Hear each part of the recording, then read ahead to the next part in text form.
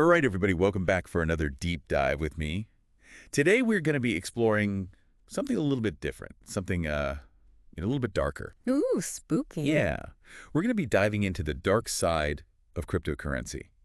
The risks and downsides that often get, well, kind of swept under the rug when everybody's talking about all the amazing returns. Exactly. All that glitters is not gold. Right. And we're going to be basing our deep dive today on, well, it was a podcast episode. And it was actually called The Dark Side of Crypto, What No One Tells You. Pretty straightforward. Yeah, pretty much sums it up. So consider this your survival guide for the sometimes treacherous world of crypto.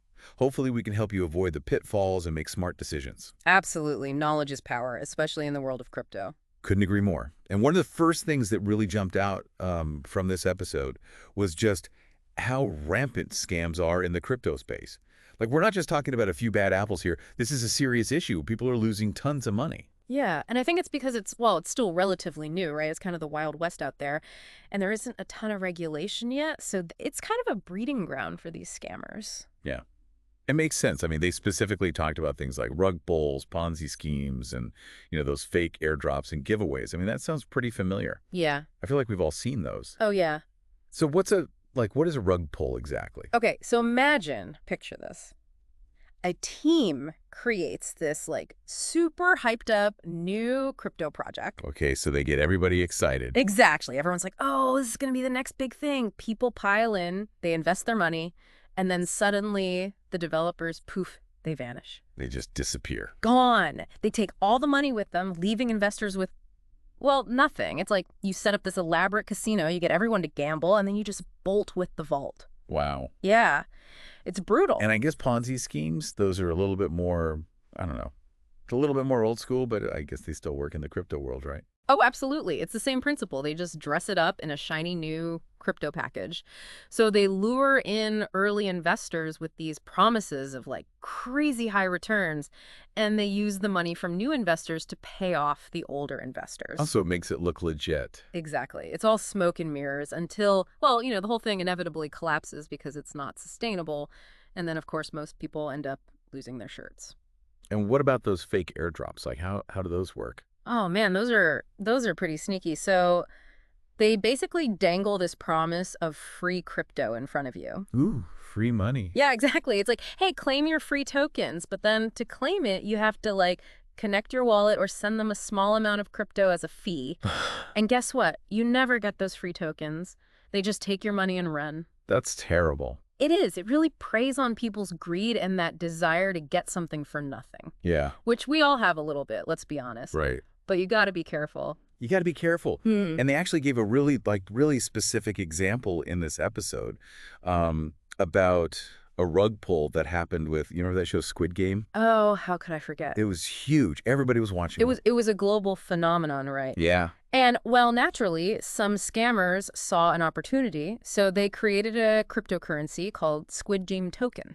Yeah. And they hyped it up. I mean, they went all out. And people, they were already obsessed with the show, right? So they jumped in head first. Millions of dollars poured into this token. Wow. Yeah. And then guess what happened? The creators vanished. Poof.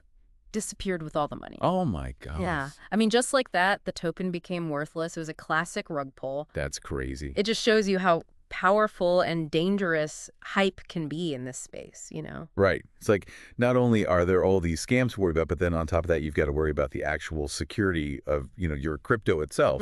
Like, what about the risk of hacks? We've all heard those horror stories. Yeah, the horror stories are real, unfortunately. I mean, listen, anything digital is vulnerable, right? I mean, look at all the data breaches and hacks that happen all the time. Crypto's no different. And I think they talked about I think they mentioned exchange hacks, wallet hacks, and then those phishing attacks, right? Those are kind of the big three. Exactly. Those are the big ones. And they can be really, really damaging. I mean, you remember the Mt. Gox hack? I feel like I've heard of that. Back in 2014, they were the biggest Bitcoin exchange in the world. And then, bam, hackers got in and stole something like 850,000 Bitcoins. 850,000. Yeah. I mean, it was worth hundreds of millions of dollars at the time. I mean, it was a massive, massive blow to the industry. Yeah. And it really showed just how vulnerable these exchanges could be, even the big ones. And even more recently, Binance, which is the leading exchange right now, they even experienced a pretty major hack in 2019. So, even even the top dogs aren't completely immune to these sophisticated attacks. It's pretty scary. Yeah. So, I mean, is it even safe to keep your crypto on an exchange at all? That's a good question. It really depends on, your risk tolerance and how much crypto you have. I Right. mean, would you keep all your cash in one bank? Probably not, right? Right. So, diversification's key. Makes sense. If you have like a significant amount of crypto, it's definitely worth considering a hardware wallet. Okay. What's a hardware wallet? So it's basically like a little like physical device, like a USB stick almost, Hmm. and it stores your crypto offline. So it's not connected to the internet at all. Exactly. It's Okay. air gapped. And that makes it much, much harder for hackers to get to it. It's like having your own little high security vault for your crypto. Oh, and are there any I don't know, any big names or brands that you'd recommend if somebody was looking into that? Yeah, for sure. So Ledger and Trezor, those are kind of the industry leaders right now. And Hmm. their devices range from like, I don't know, $70 to a couple $100 depending on the features. Okay, so it's not a free solution, but it sounds like it's worth it if you're serious about protecting your crypto. Right. I mean, think about it. Like if you're holding a significant amount of crypto, a couple $100 is a small price to pay for that peace of mind. Right. That makes sense. And then what about like phishing attacks? Like how can people protect themselves from those? Vigilance is key. Like always double, triple check every link, every website you visit, and never, ever, ever share your private keys with anyone. Private keys. Yeah, so those are basically like the digital keys to your crypto kingdom, right? If you lose those, your funds are gone. So it's like your bank account password. Exactly. Guard them with your life. Okay, got it.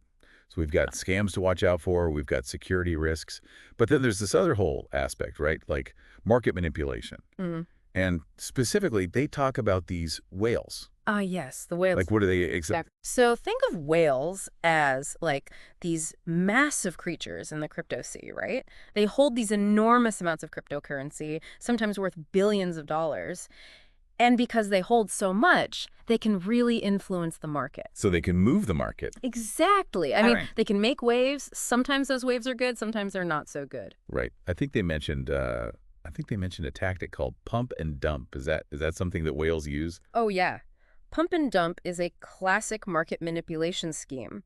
So a whale will like heavily buy into a smaller cryptocurrency, Right. which, drives up the price. Artificially. Exactly. It creates this artificial hype. And then once the price is high enough, they dump all their holdings, leaving everyone else holding the bag as the price crashes. Oh, so they make a ton of money and everybody else loses. Pretty much. It's a pretty ruthless tactic. And it's not just pump and dump, though. They can also, spread misinformation, rumors, create FUD, fear, uncertainty, and doubt. Yeah. All to manipulate the market and make money. They can even control the liquidity of certain tokens, which makes it hard for other people to trade freely. So it really does feel like a rigged game sometimes, when you're up against these whales. I mean, knowing all this, like how should we as everyday investors, like how should we be approaching crypto investments?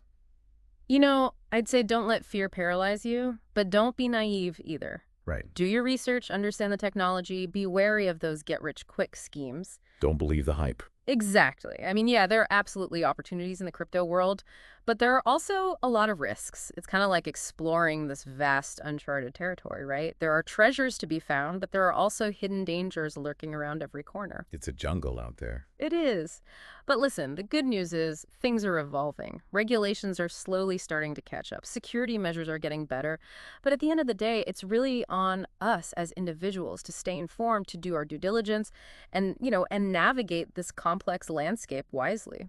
So what you're saying is never stop learning. Exactly. Never stop learning and never be afraid to question the hype. Fantastic advice. Well, thank you so much for joining us today for this deep dive into the dark side of crypto. It's been eye-opening. My pleasure. Always happy to shed some light on the shadows. Right. Until next time, stay curious and stay safe out there. See you next time. Bye.